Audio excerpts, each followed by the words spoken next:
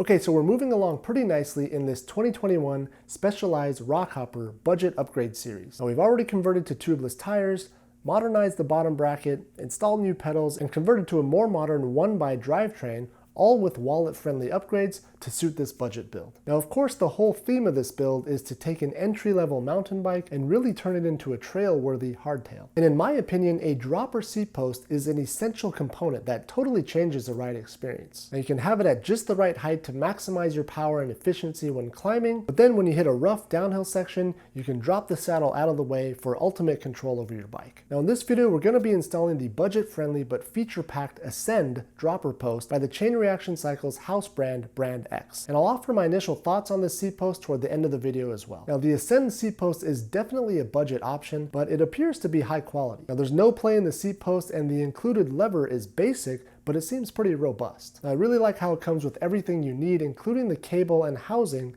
as well as the remote lever, which is actually a pretty big deal as most higher end dropper posts sell their remote levers separately. Now, in my opinion, what makes it even more attractive is that it comes in so many different sizing options, which is important because sizing a dropper post isn't quite as simple as you might think. You basically need to know three things. Now, first, you need to know the post diameter. In most cases, you'll have either a 27.2, a 30.9, or a 31.6 millimeter diameter post. Now, the Ascend droppers are offered in all of these common diameters, which is really nice. Secondly, you'll need to know if you want an internally or externally routed post. Now, dropper posts are generally actuated from a remote lever mounted on your handlebars, but the cable connecting the two can either be run inside the frame for a clean look or run outside the frame for convenience of installation. Now, if you do want to go internal, you'll need to make sure that your frame has internal routing ports available. Now, lastly, and this one is pretty important, is to specify the travel of your post. Now, the easiest way to figure out how much travel you need is to set your stock saddle height where you're comfortable when climbing and measure the length of the exposed seat post. Then drop your post to the lowest position you'd like to have it while descending and take the difference of the two measurements. Now, if your seat is dropped too low, it can make it uncomfortable to ride. And it's also possible to get a dropper with too much travel,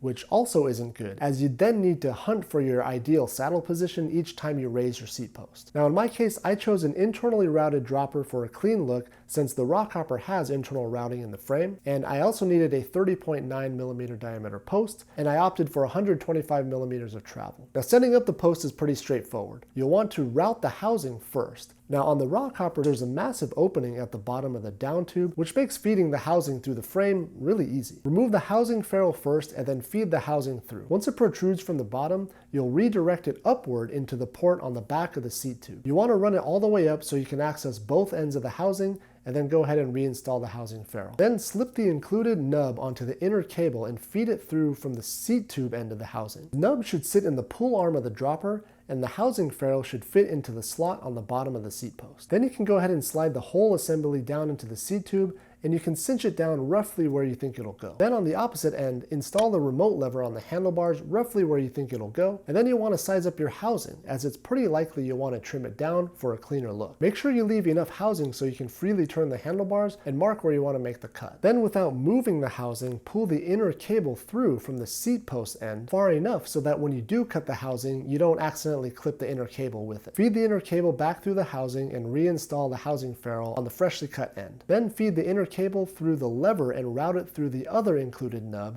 and tighten down the set screw. Now, you can pull some of the slack out of the system and account for some initial cable stretch by using the included barrel adjuster on the lever. Clip the inner cable and install a cable end, and that's basically it. You'll want to fine-tune the post height and dial in the position of your controls, but at this point you're pretty much ready to go. Now, my initial experience with this post has been really positive. In fact, I'm kind of surprised because it actually outperforms my race face dropper that came stock on my high tower, which now is showing a bit of play and it gets sticky from time to time. This Ascend post from Brand X is actually pretty smooth, and it doesn't slip, and there's no play whatsoever. Now, I suppose we'll see how it holds up over time, and I'll do a longer term review to report back on any findings. For now anyways, the dropper post on this Rockhopper has been a real game changer. As with any dropper post, it puts you at the right height to pedal when climbing, and it really gives you that boost in confidence when descending. Now, I believe none of the Rockhopper models actually come with a dropper in stock form, which doesn't surprise me at the sport level, but it kind of seems like the expert model should spec a dropper post. Nonetheless, all of the Rockhopper models have internal routing in case case you do want to upgrade to a dropper post